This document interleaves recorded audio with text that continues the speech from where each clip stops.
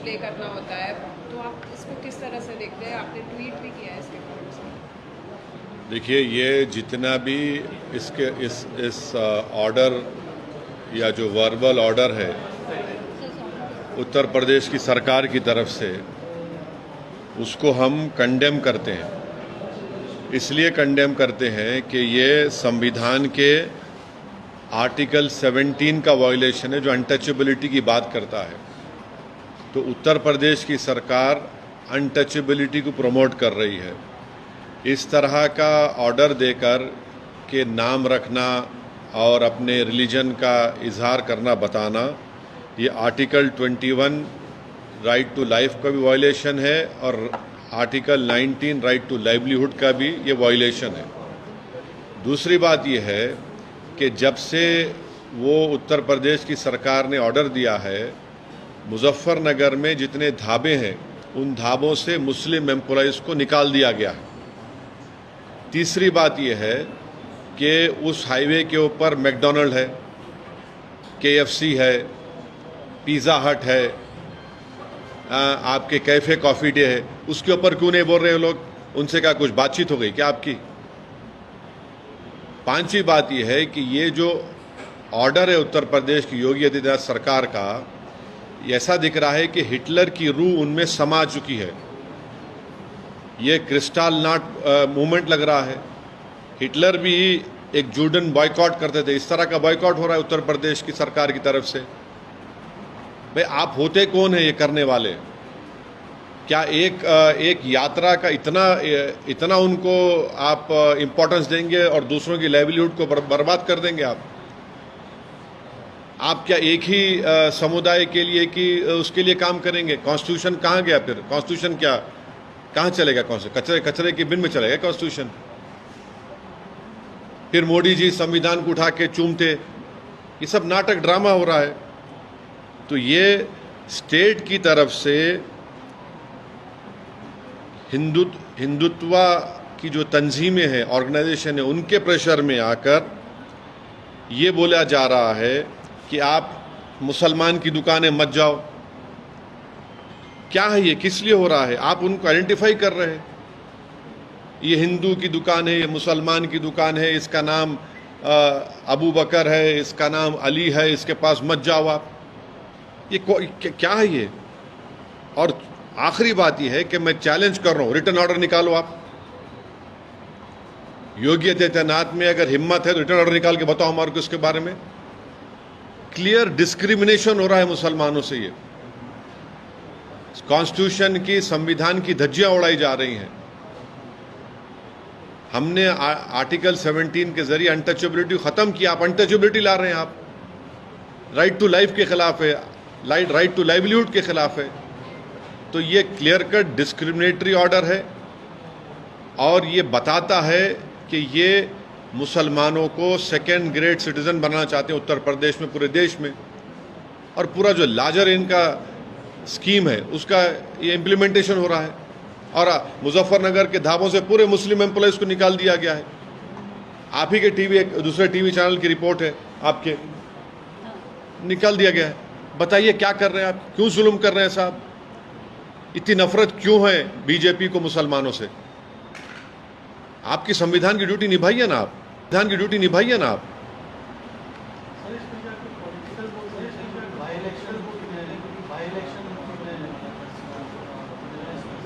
देखिए ये इलेक्शन ये इनकी इलेक्शन ये इनकी आइडियोलॉजी के ऊपर ये लोग अमल कर रहे हैं। अपीसमेंट किसका हो रहा है बताइए? इस तरह का ऑर्डर निकालकर अपीसमेंट आपके वोटर का कर रहे हैं और मुसलमानों को बदनाम कर रहे हैं आप बाज़ाब्ता स्टेट गवर्नमेंट बोल रही है कि मुसलमान की दुकान पे आप मत जाइए, बॉयकॉट करिए उनका आप। और पिछले कई सालों से तो हिंदुत्व ऑर्गेनाइजेशन तो यही बोल रही है कि मुसलमानों का समाजी बॉयकॉट करो, सोशल बॉयकॉट करो। यही हो रहा है।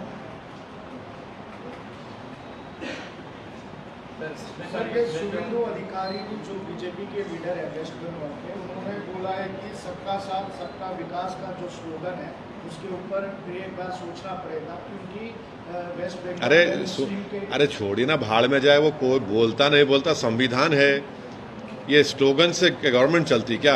आपका संविधान में राइट टू इक्वालिटी है, संविधान बोलता डिस्क्रिमिनेशन नहीं कर सकते आप। संविधान में लफ्ज़ माइनॉरिटी का वर्ड इस्तेमाल हुआ आर्टिकल 29-30 में। ये फंडामेंटल राइट है, ये देश का बेसिक कॉन्स्टिट्यूशन के बेसिक स्ट्रक्चर का हिस्सा है। इनके बोलने नहीं बोलने से कुछ फ़र्क पड़ने वाला थोड़ी है। ये अपनी नफ़रत का इजहार कर रहे हैं बीजेपी, और ख़ास तौर से मुसलमानों से इनकी नफ़रत अब खुल के आ रही है। हाँ, असम का सीएम झारखंड में बोला है मुस्लिम पॉपुलेशन असम में 12%, 1951 में 12% का 50% हो गया, मैं इसके खिलाफ लड़ रहा हूँ, ये बहुत डेंजर ट्रेंड हो रहा है बोल के कल बात कर रहे हैं।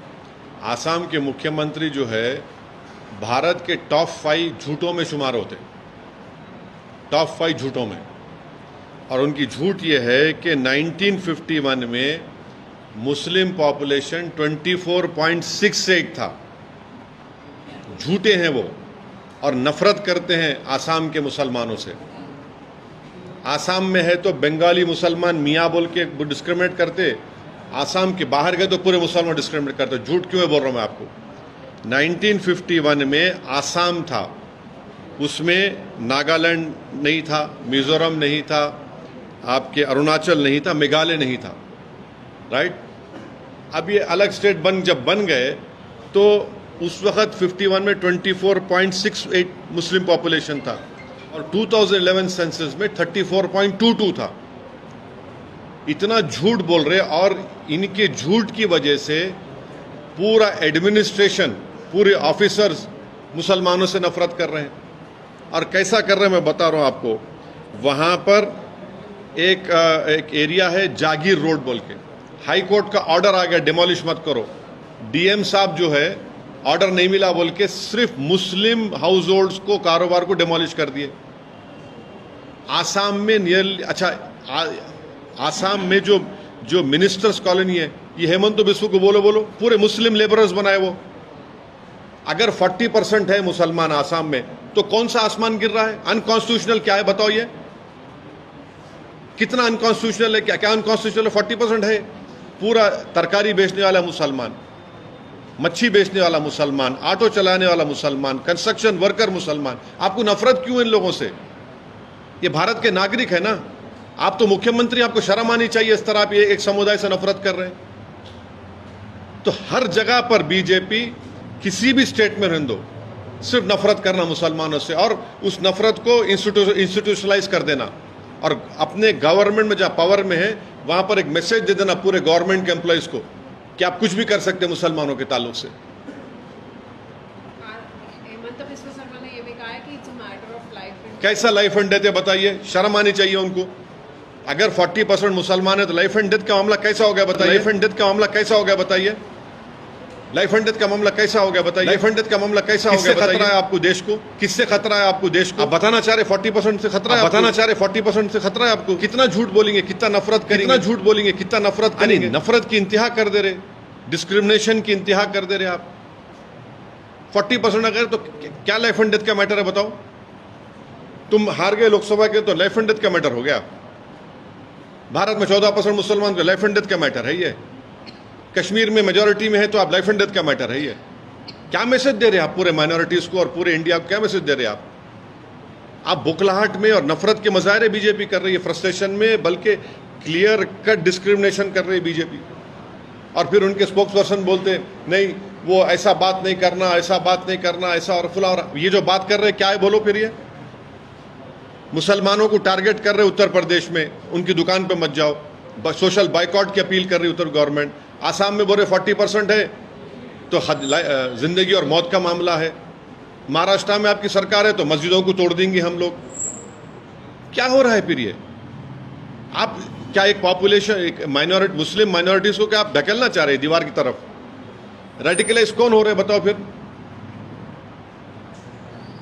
सुधांशु त्रिवेदी जी ने जो बयान दिया जिसमें कहा कि कांग्रेस और राहुल गांधी जिस तरीके से खून और हत्या, इस तरीके के जो अपमानजनक शब्द का इस्तेमाल कर रहे हैं, उससे कहीं ना कहीं हिंसात्मक घटनाएं बढ़ेंगी। प्रधानमंत्री मोदी के खिलाफ जिस तरीके से राहुल गांधी ने बयान दिया।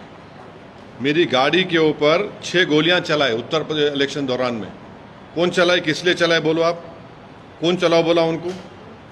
रोज मेरे को धमकियां आते, मैं अब देखना चाह रहा हूं, मैं सेल फोन में SMS करके धमकी तेरे को गोली मार देंगे।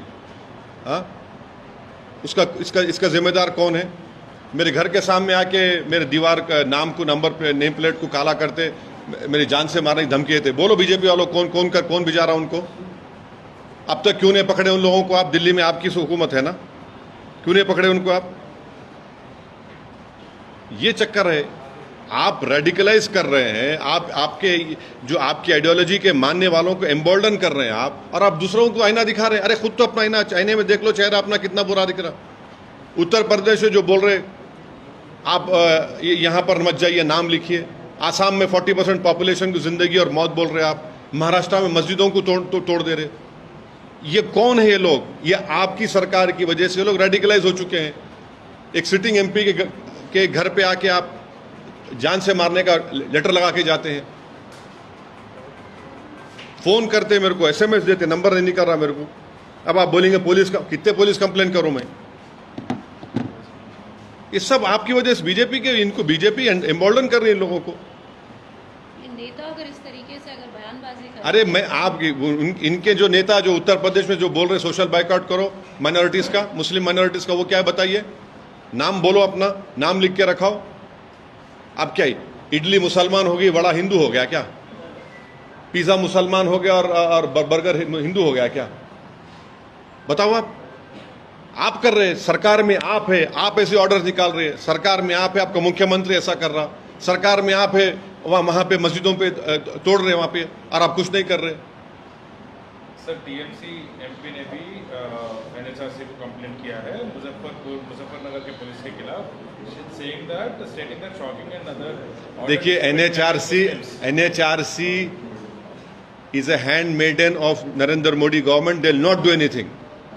Show me one instance wherein they have acted unbiasedly.